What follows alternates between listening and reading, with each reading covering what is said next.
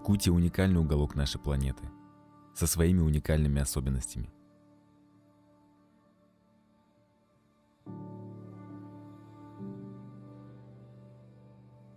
Из-за ее обширной территории, площадью более 3 миллионов километров, существует множество населенных пунктов, буквально отрезанных от большой земли. И на удивление столица региона, город Якутск, не является исключением и на сегодняшний день не имеет круглогодичного транспортного сообщения с выходом на федеральные трассы.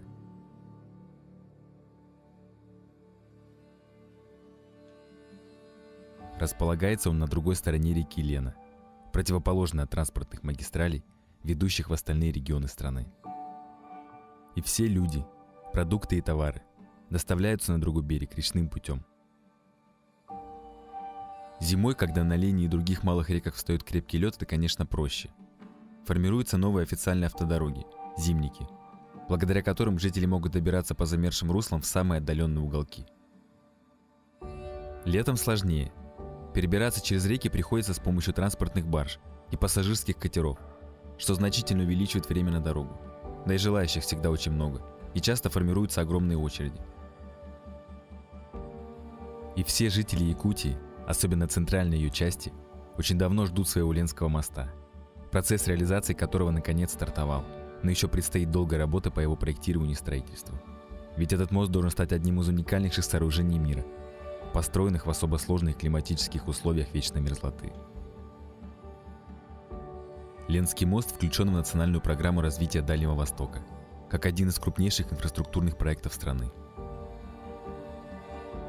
Но есть и особенно сложный период, когда лед только начинает сковывать реку и еще недостаточно окреп, а местами идет ледоход. Прекращается судоходная навигация, и флот уходит в зимнюю спячку.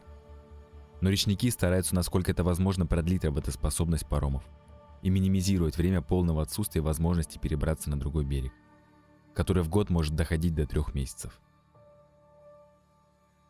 Пассажиров еще могут перевозить катера на воздушной подушке, а на помощь паромным переправам приходит Ленское объединенное речное пароходство, ледокол «Капитан Бородкин» и буксир ОТ-2048, куда меня и пригласили увидеть все своими глазами и показать вам.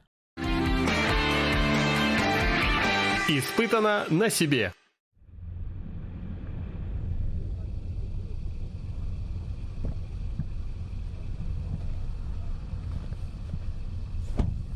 Друзья, я вас приветствую в осеннем Якутске.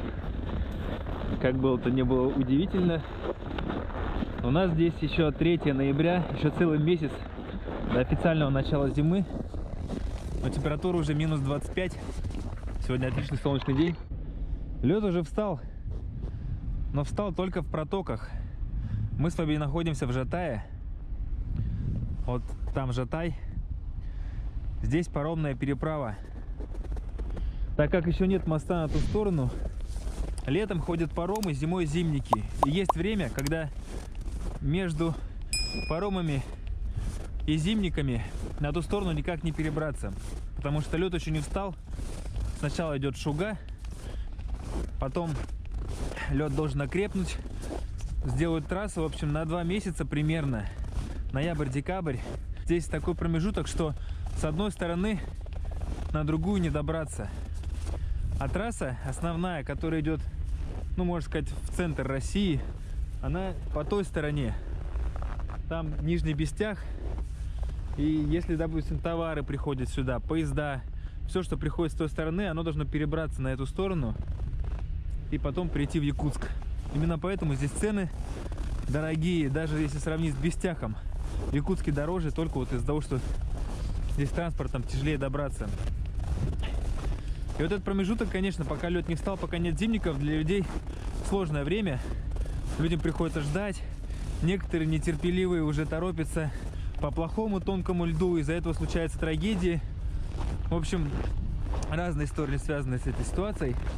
И оказывается, в такое время еще можно перебраться на ту сторону, когда уже почти встал лед, с помощью ледокола «Капитан Бородкин».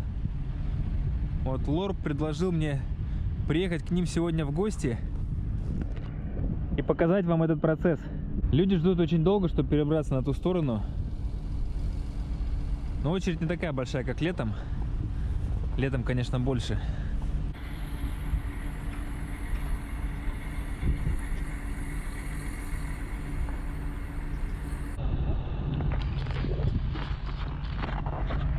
Вот так организуется переправа. Паром причаливает, бросает мост и по нему выставляет потом сюда все машины, весь транспорт. А потом с той стороны, наверное, обратно выпускает.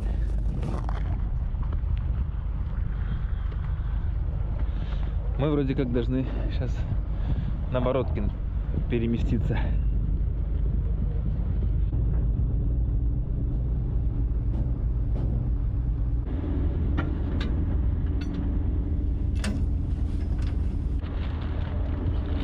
Вот с нами трое журналистов. Целый десант пресс-службы, можно сказать так.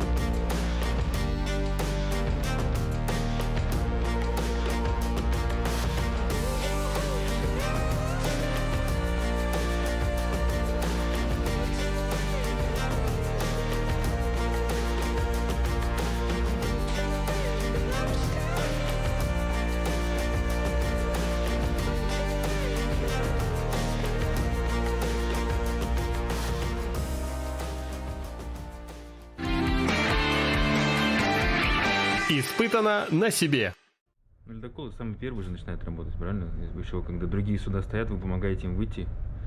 Да, есть к тому такое? времени уже, когда открывается СМП, уже весь лед проносит, уносит и растаивает. А, уже так, да? Когда открывается только, да? Да.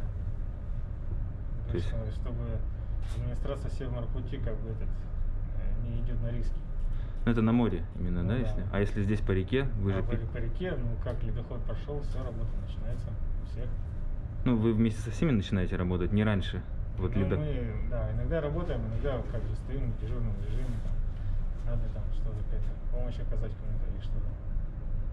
А зимуете также в Затоне где-нибудь, да? Ну вот здесь вот, недалеко от этого каравана. Мощи с тобой. Да.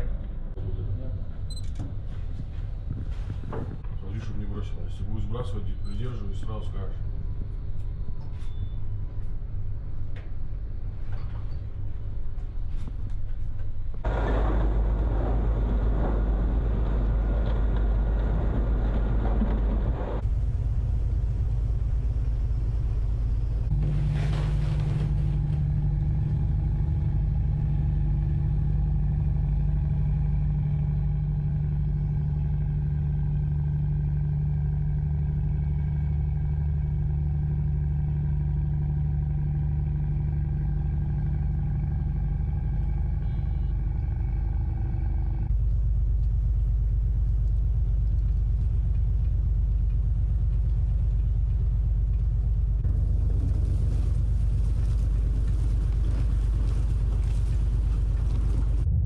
Оказывается, паром сейчас ходит не до Нижнего Бестяха, это дальше гораздо идти, а до Тихтюра. Тут всего 4 километра.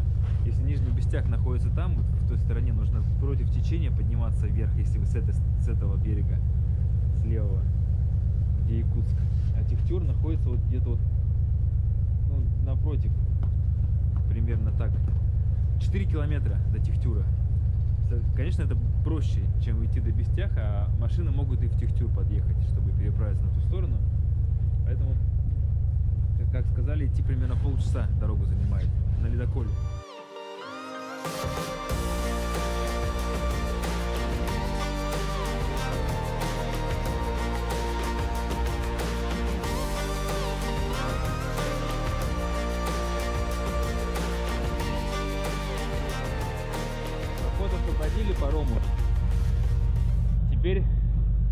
Поведем его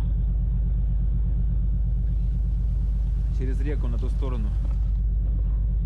Рядышком.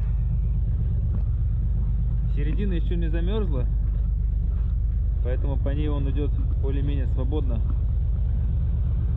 Но все равно мы идем рядом сейчас.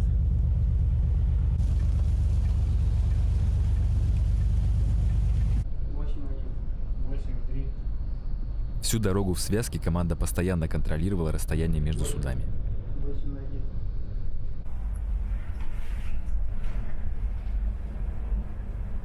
10,5. 9,8.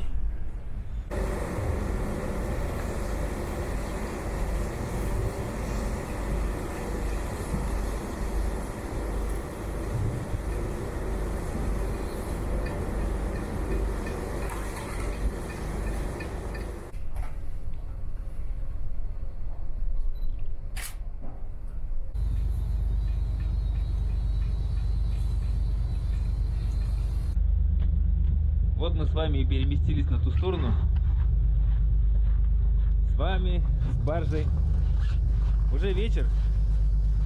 Получается, что вот я пообщался в день, но 2 ходки не получается вот с ледоколом. 1,5 это в лучшем случае, а то и 1. Вот сейчас у нас получается, мы в ту сторону баржа пришла, загрузила сейчас обратно в Техтюр. И, возможно, еще успеет обратно сегодня дойти. Но, может быть, и не успеет, как мне сказали, это будет видно.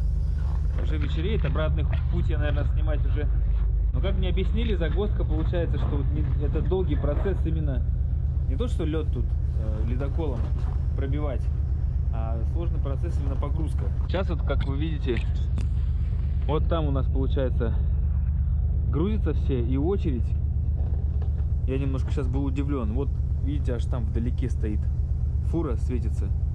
Очень длинная очередь. И вряд ли эти люди, ну, многие, кто вот еще стоит в хвосте, успеют сегодня перебраться на ту сторону. То есть люди, получается, в машинах ночуют, ну, до завтра, а может быть, кто-то и до послезавтра. Я не знаю, какой тут длинная очередь. Очень, конечно, так необычно. Мы стоим на припае. Вот такой термин есть интересный. Мы не на якоре. То есть вот мы, получается, просто вот впаялись в лед. Не знаю, с этим ли связано слово припай. А, ну вот уткнулись, да, работает двигатель. Мы уткнулись в лед.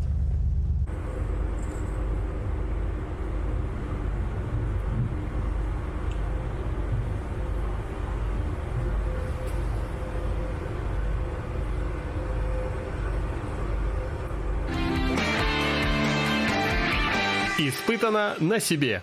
Сегодня получил печальный опыт. Я на самом деле очень расстроен сейчас, но уже немножко так пережил.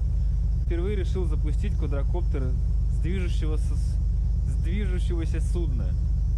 Уже губы замерзают. Я подумал, так вот здесь запускаю внизу. Думал, что я вот так вот его тихонечко так приподниму и быстренько, ну, взлечу. Успею. Прежде чем, ну, я понимал, что он будет смещаться назад против хода, ну, то есть мы движемся в ту сторону. Я подумал, что вот раз и быстренько взлечу и на ходу полетаю. Но он просто, я только чуть-чуть взлетел, он стремительно пошел назад, ударился сюда в перила и плюхнулся вниз. Переломало все лопасти, но вроде дрон цел внешний, но это очень неприятно, это вот очень-очень было сейчас неприятно. Ну, надеюсь, все нормально. Вот такие вот у меня сейчас переживания были.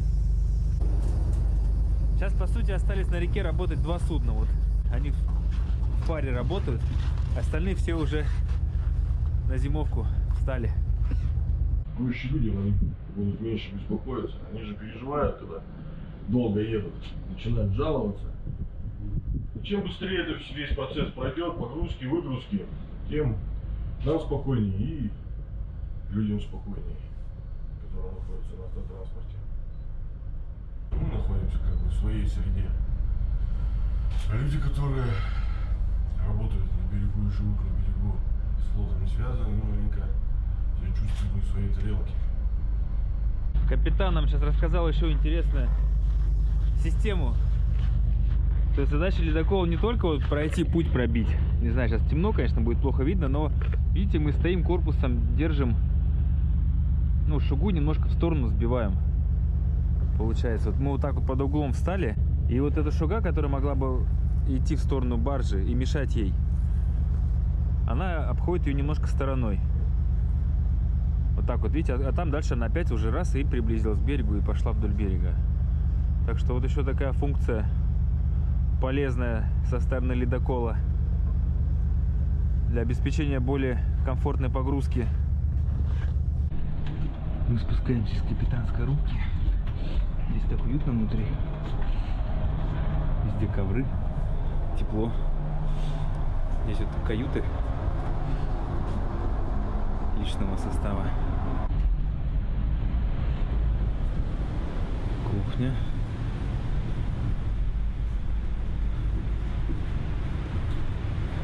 Тоже очень комфортно все.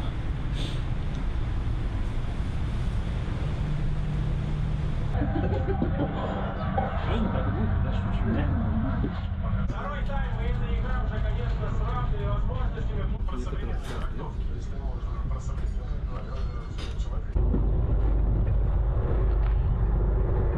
Процесс получается очень долгий. Вот мы сейчас стояли 4 часа, ждали, пока баржа загрузится. Видимо, я тонкости не знаю, она далеко от нас была, но там, видимо, что-то с дорогой. Ну, вот потребовалось 4 часа, чтобы полностью баржу загрузить. И то, может быть, она еще догружается, потому что мы сейчас пока на ледоколе также сейчас проходим акваторию, очищаем. И потом, так же, как вот сюда шли, с ним рядышком пойдем. Так что скоро будем дома.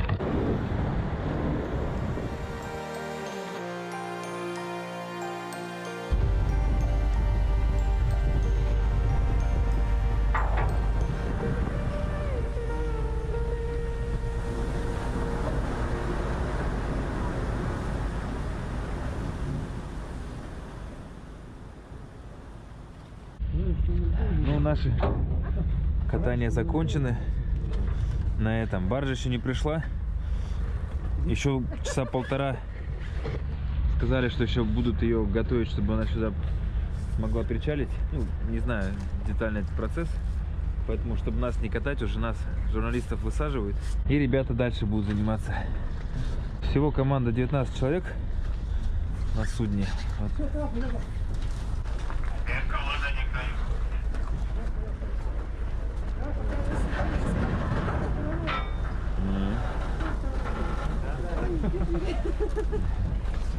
Пожалуйста, поставьте. Сейчас мы его протащим.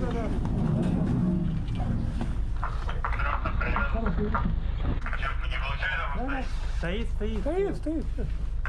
Ну тогда все, можете выходить. Все, ребята, давайте. Вперед. Спасибо. Давайте, вперед. Ну, я лучше покажу. Все, спасибо. Счастливо всем. Ребята, заходите на бюджет еще раз. С удовольствием.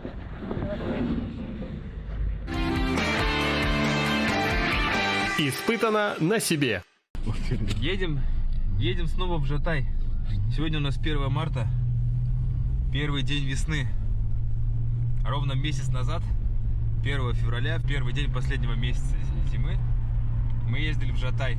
В самом начале съемки мы не проверили камеру, она была очень заляпанная. И в итоге кучу кадров мы запороли. Поэтому сегодня мы решили переснять, но в принципе не только переснять, а я хочу все-таки снять это все сверху с квадрокоптера. Сейчас вроде потеплело, в морозы я его побаивался запускать. И в принципе у меня лежал, я его не трогал.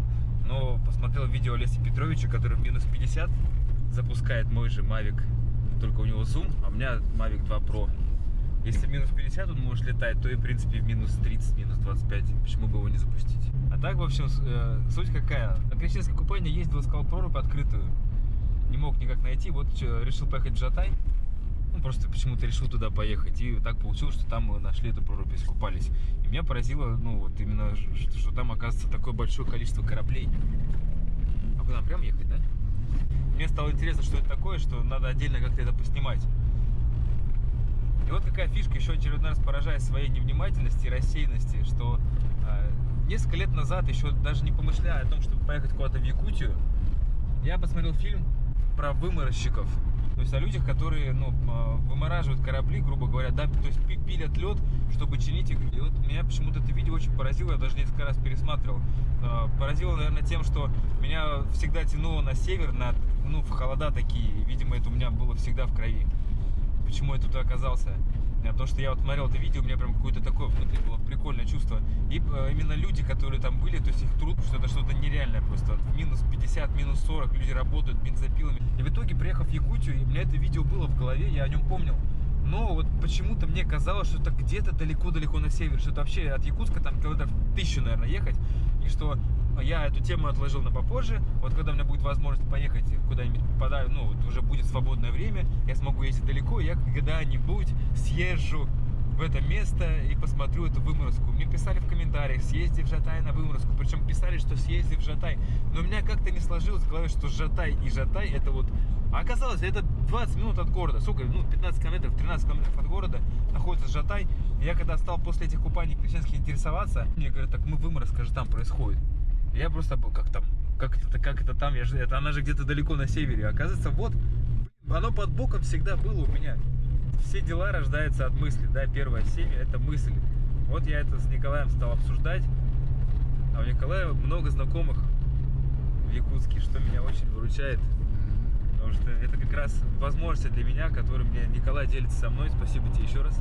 От души. За все это, да. Надеюсь, из этого получится целый сериал. Да. Будем стараться показывать все хорошее, что есть в Якутии. И вот у Николая бывшая его коллега Наталья Васильева, бывшая коллега, хорошая знакомая, она работает пресс-секретарем в пресс-службе ЛОРП. ЛОРП — это Ленское речное объединенное пароходство. Наталья, спасибо большое за эту возможность. Дала мне контакты, да, руководителя, начальника вот всей этой, отстой называется, где корабли стоят, начальник отстоя, Андрей Юрьевич Ковалев. Я решил перед поездкой подготовиться, посмотреть еще раз видео, потому что я смотрел его несколько лет назад, уже не помню, я помню только свои эмоции. Само видео не помню. Один из участников видео, он как караванный капитан, рассказывал там о том, как корабли выставляются. В общем, мне он туда уже показался очень интересным человеком, таким сразу располагающим. И представляете, как я обрадовался, что оказалось, что это именно он, когда вот я посмотрел по WhatsApp контакты, там фотография, что именно он и нас будет ждать. Он нам проведет экскурсию. Очень круто, я прям вот реально, Андрей Юрьевич, я реально обрадовался, что именно вы нам все расскажете, все покажете. И вот сейчас он уже, тогда он был на момент съемок в 2017 году еще караванным капитаном, а сейчас он уже начальник Жатай, да, все, поворачиваем. Подъезжаем. Как раз нас ждут 10. Я вчера, когда смотрел фильм, решил немножко подготовиться, да, посмотреть, что там как, какие-то термины запомнить. Я надеюсь, я запомнил, потому что я записал их на бумажку, а бумажку благополучно оставил дома. Сейчас, конечно, я такое вижу ближе, и мне это уже не так, конечно, шокирует, как я смотрел из Питера. Но, тем не менее, даже вчера я еще раз пересматривал, я посмотрел, насколько нужно иметь силы и мужество, чтобы выполнять такую сложную работу. Это я не представляю, меня там хватило бы на полчаса, наверное.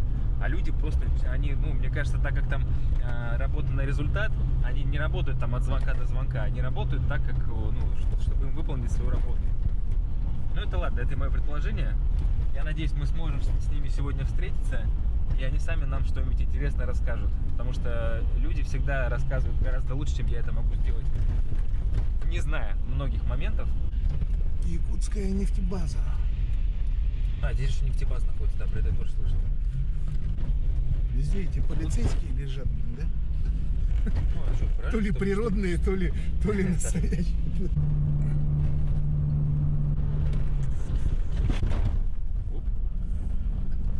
О, пускается. Спасибо. Ты смотри.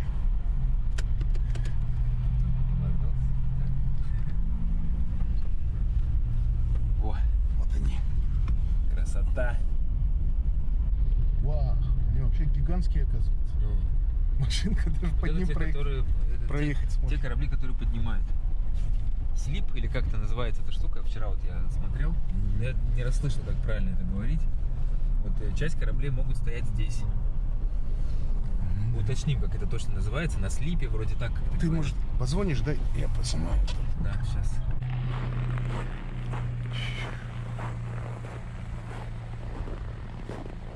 Ничего себе.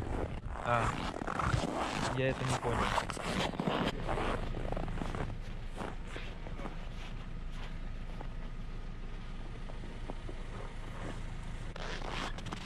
Большие, да? Да, вообще. Ну, у каждого есть свое название. Немножко проехали мимо, но это всегда с пользой. Посмотрели, вот. Вот это, наверное, да? Не знаю, не, ну давай дальше. Спросим на КПП, где находится.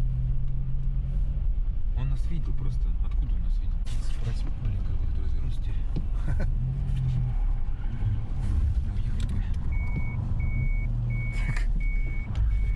Не скатись вниз. Надо позвонить. В 3 соснах заблудились. Ну. Он уже сам ржет. Чего вот там? Андрей Ильич, направьте, пожалуйста. Ну вот я сейчас к КПП вернулся, вот еду от КПП. Давайте вот.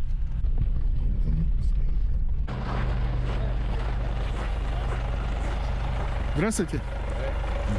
Ну рассказывай, чего хотите. А просто это, посмотреть, на самом деле, я не как журналист там, для телевидения, да, какие-то прям вот фильмы снимать. У вас же работа сегодня будет, да? Поехали на крутуху тогда. Посмотреть, ну, в общем, я стараюсь процессы изнутри показать. Поехали вон на моей машине.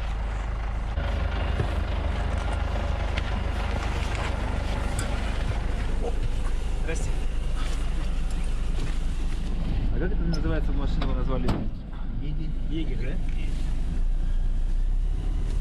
На Егерь-то поинтереснее будет прокатиться. Ну это там прокатил, Лариска мне звонила. Испытано на себе. Мы приехали, сразу попали на ЧП. Вот это Майна. Вот такие казусы происходят. Лопают там. Это получается, ну не знал никто, да, что такая ситуация произошла сейчас? А вот он, который вымораживает и звонит. Ну недавно, потому что лед даже еще не схватился. Еще все мокрое. Вот прям один в один, да? Они же симметричные получается, ну примерно, да? Да-да-да. Вот это Майна, здесь происходит выморозка, чтобы зимой иметь возможность их ремонтировать. И вот случается ЧП, когда вода пробивается в Майну и затапливает полностью. А теперь что, воду откачивать нужно? Ну, подождем, вот затянет, откачаем, конечно. А, то есть она затягивает? Это тоже тонуло, видите, уже откачали же. То есть не надо заново прям все выпиливать, это просто откачивается вода, да, и да, дальше да. ведется работа. Перехватить, потом лунку сделаем, насосом откачаем, да и все. А, Такие бывают казусы. Это тоже тонуло, этот пароход ему не везет почему-то. Вторая Майна. это буксир же, да? Нет, это сухогруз. А, сухогруз. Здравствуйте. Даже не выморочек парк. О, даже. Здрасте. Не против, поснимаем вас немножко? Ни одному же клусу. Очередной фильм у нас. А к вам туда можно спуститься? Да, вы пообщайтесь, если вот этих. Ага, спасибо. Станислав Тарасов, знакомьтесь, можно вам руку пожму? Давайте так. Вот один из героев этого тяжелого труда. А вы без выходных, да, получается, трудитесь? Ну, когда как? У вас же за объемы, да, вы, как бы вам чем быстрее выполните, тем вы больше работы можете Как сделать. промерзает, так и работаем. По мере промерзания. Там же правильно я понимаю, что должно промерзнуть так, чтобы осталось потом 15 сантиметров снизу? 15-20. 15-20, да? И будут... Конец уже 20, ну, как бы побольше, чтобы. У вас инструменты бензопила и Кайло. Лопата. Вот, например, у этого металл все. кайло, да? Правильно я же говорю? Кайло, да?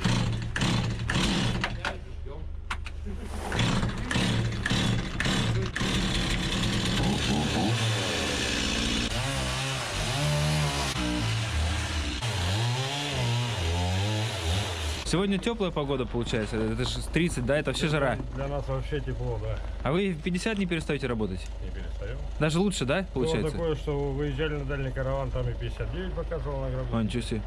Дальний караван это где-то севернее, да? Это 6 километров. 5 километров ниже на почтение у нас там есть флот большой стоит, который сюда не может осенью зайти. Мелко. Мелко, да. Мы его там оставляем.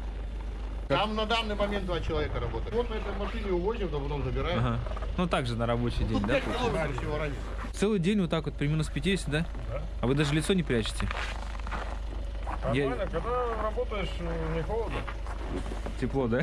Конечно. Все же специально ставим так в одну кучу все сюда, которые вымораживаются, чтобы они все были в одном месте. Рядом. Мы их концентрируем в одно место, конечно, чтобы по всему затону-то не ходить. И сколько тут еще вам работать вот на этой мане? Здесь сейчас на данный момент взято 1,5 метра под корпус, еще метр. Еще метр надо.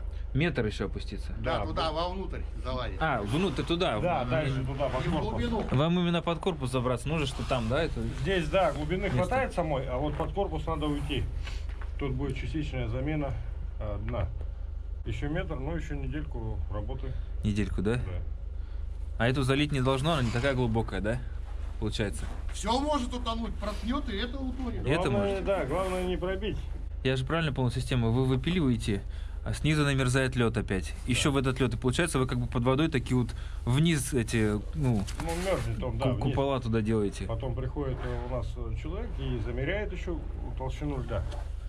То есть сверлом сверлит и говорит нам, сколько отда воды. Вот они пишут, приступки снять наполовину, под корпус на 30 сантиметров. Это они нам дают такое как бы распоряжение. И вот мы от этого отталкиваемся и пилим дальше. Это как документ, да? Да, Получается. СМС-ки такие. Именно с научной точки зрения, грубо говоря, да, как это все, чтобы Ну, все а тут правильно. без науки никак. Да. Сколько у вас часов в день, получается, приходится работать? Вот сколько в неделю? По-разному. Бывает 2 часа, 3 Зимой светлое поработаем в время день. суток, в темное время мы не работаем. На обед они не ходят. Вчера, Потому вот, что смысла допустим, нету. вчера в 9 утра я вышел и зашел только уже без 10-5 вечера. Ага. Вот прям вот отсюда вылезли, да, получается? Да, да. Прям Без целый обеда, день. без ничего, просто Без сидите. обеда. Ничего себе. Ну, если ходить туда-сюда на обед, а световой день там короткий, и смысла нету. Час до обеда, час после обеда это не работает. А хотя бы перекусон какой у вас с собой, там, батончики, чем-нибудь берете, нет? Нет. Просто без еды вот так вот. Да, с утра позавтракал плотно и пошел работать. Вечером уже можно и пообедать, и поужинать. А попить хотя бы водички? Нет, ничего не берем. Ничего? Раньше ходили, но работа, конечно, тормозится из-за этого. А сейчас вот вы, получается, выпилили, и потом кайлом это все вы вдалбливать Да, будете, да? да. И снег обязательно нужно отсюда убирать, насколько я понял, потому что Чтобы промерзало лучше. он как Потому подушка что греет. Снег, да, он тут покрывало и промерзать не дает. Поэтому тут постоянно кайло, бензопила, лопата, да, и вот так вот чередуете все Да, эти да, совершенно верно. туда-сюда. И бывает дно, винты освобождаете. Да, с винтами Ну, посложнее работать? Здесь винтов нету, это баржа. С винтами, ну я бы не сказал, в принципе, то же самое. То же самое. Ну, Никакой. может, мне так кажется, мы уже просто 7 лет занимаемся этим. Как бы. Единственное, что там очистить их, это, ну, чуть-чуть побольше работы. Ну да, вот я в этом плане, что они это не просто по дну залезть, а Да, там на каждом судне нужно его очищать. свой объем, своя работа. Бывает, допустим, что и, скажем так, на барже сложнее, чем с винтами наоборот. Почему? Потому что вот здесь вот, допустим, вот песок, налипший, да, на корпус. Ага. Это все надо будет отбивать. Это тоже как А, бы- это еще дополнительная, да, работа что-то? Ну да, затруднения, скажем так, небольшие. Но это вы тоже делаете? Ну да, конечно. Мне есть вы- надо сварщикам предоставить Чистую поверхность, чисто, получается, для... Ну да, чтобы они могли резать, варить. Вот так вот. Ну, удачи вам в вашем нелегком труде. Спасибо большое Вам тоже. за рассказ. Да, все хорошо. До свидания.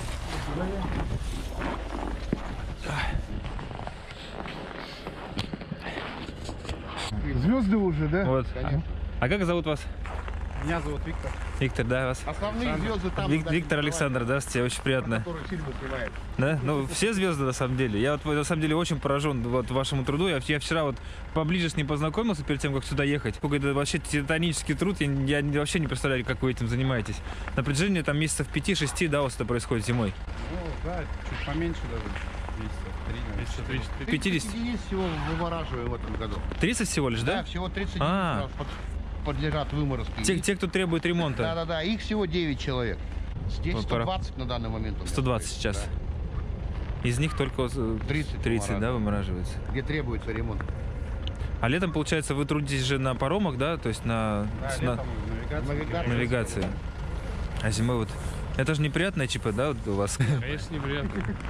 А вы не знали, да, что получается? Вы отошли вот буквально. Работали на другом объекте. Вот. Если бы были здесь, вы бы могли бы Если бы они бы увидели, конечно, и поступление бы они не заметили вовремя. среагировали бы, заткнули, да, там все это? Заделали бы. А как вы Да. откачиваете это дело?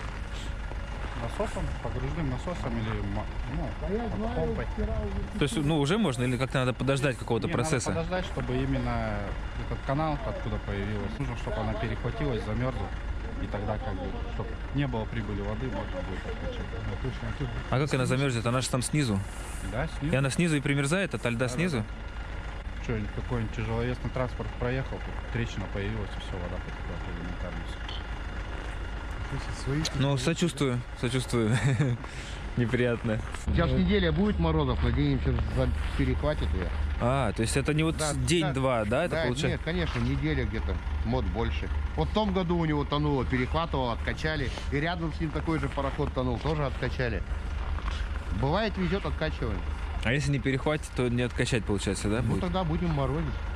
Затолкаем, как вот там моя натонула, мы ее просто здесь все вскроем, снегом затолкаем и дома обратно, и по новой будут выпиливать. А, да ладно, и что, все сначала весь процесс? Да.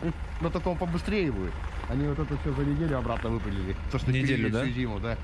Не, все, ну такой ЧП и плюс неделя именно к труду, да? Да, В итоге получается, это же, блин. Я не представляю, сколько терпения еще вам нужно, получается, да, и выдержки, вот, чтобы вот это все.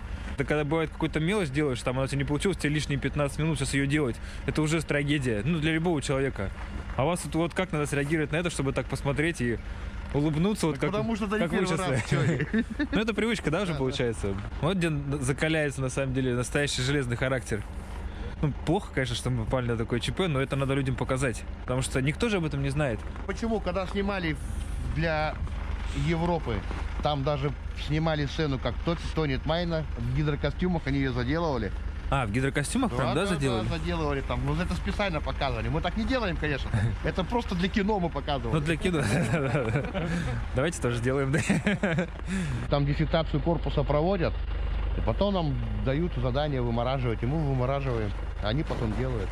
Толщина А, здесь то есть 12 миллиметров. вы его сначала подняли, осмотрели? Да, мы его на слип осенью подняли. Слип называется, правильно я говорю, да? Прошли, люди специально обученные, дефектацию корпуса провели. Если объемы небольшие, то, что можно на протоке делать, они их скидывают. И мы вот здесь на протоке вымораживаем, потом они делают корпуса. То есть это считается небольшие объемы, да? Да, да, То, что... А если большие, то оставляют на слипе Да, его. там оставляем, там делаем.